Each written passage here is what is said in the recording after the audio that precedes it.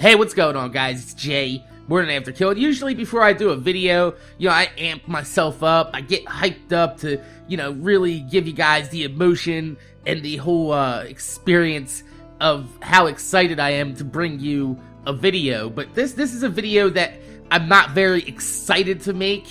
I didn't really actually want to do it, but a lot of people on Twitter, Facebook, coming onto my YouTube channel, they're like, hey man, are you gonna put out a video for the 1 year anniversary of Yotslaya's death? And man, 1 fucking year, that's a hell of a time to pass. It seems like it's only been a couple months. Time moves so fast, and a lot of you guys, like I said, you wanted some huge in memorial video, some sort of way to remember Yoteslaya. And honestly, the way I feel is, if that were to happen, I'd rather see it done by somebody who is actually really close with Yoteslaya. And even though me and Brian, we had a lot of things in common. He was a single father, I was a single father. We both had problems in the past with, growing up, childhood, shit like that. I really don't want to go into the big whole spiel about it, because, if he wanted you to know, then you can go on his channel and find out. And if he has a video on it, then he has a video on it. If not, then, that's something that he's going to take to his grave. But, as much as we had in common, there's still so much that not only makes us totally different, but makes me feel like that there are people out there that knew him much better, and that could do a much better job than I can at memorializing Brian.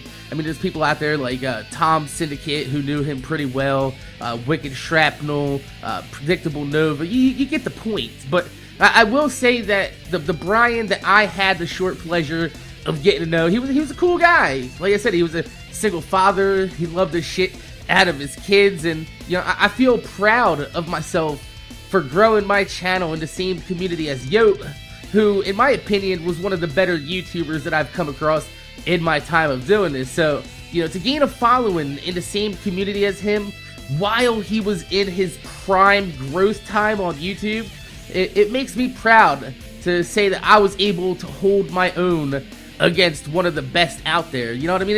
It would kind of be like, just saying, hey, man, I can't believe that I actually grew a channel in the shadow of Yote while Yote was still alive and kicking ass on the Borderlands. So, I mean, I do thank the Borderlands community for everything that you have done for me, and I feel like the Borderlands community has done everything we can to keep, Brian's memory alive, and that's pretty much all you can do.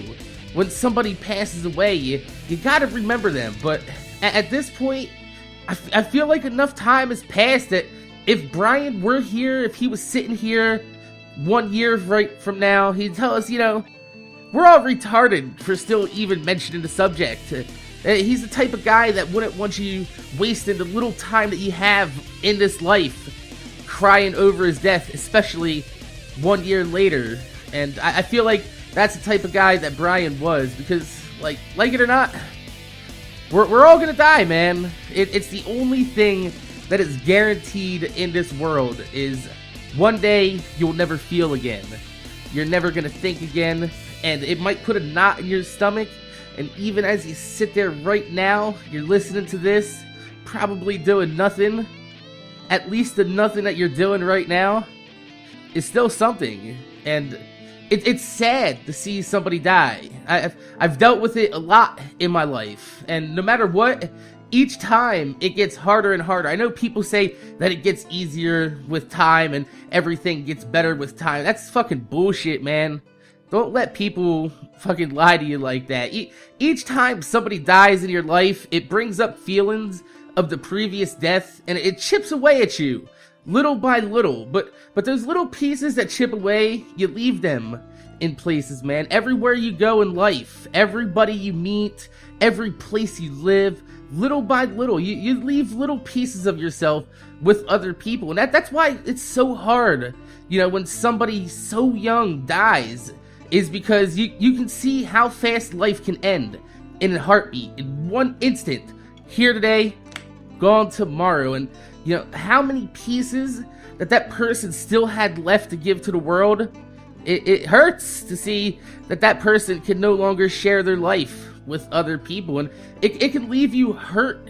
It can leave you frustrated, and seeing somebody was alive today and gone without any warning. But that's why we don't judge people on the circumstances of their death. Rather we judge them on the quality of life that people lead. And I mean, how many pieces that you leave, that you share throughout the world in the time that you're given. That is how you judge the quality of life that you've led. It's not the quantity of time that you lived. So, remember the good times, guys, but also, don't forget the bad. It's through the bad that we learn from other people's mistakes. We can see the hurt, we can see the pain and the heartbreak left behind in the wake of a tragic death. And, you could use that to prepare yourselves, to educate yourselves and educate others, and to make sure that the people that you love don't fuck up and leave the world before it's their time. So those of you guys out there that are going to be partying this holiday season, glasses up, man. Cheers. Get fucked up. Have fun. Enjoy life. Do it responsibly, man. Because you're not guaranteed tomorrow. So enjoy today. So just remember, man, it's all about the people you meet, the places you've been, the pieces of you that you leave with them. I didn't mean to rhyme right there. Sorry about that. But like I said, there's you guys out there. Have a great holiday season. Cheers, motherfuckers.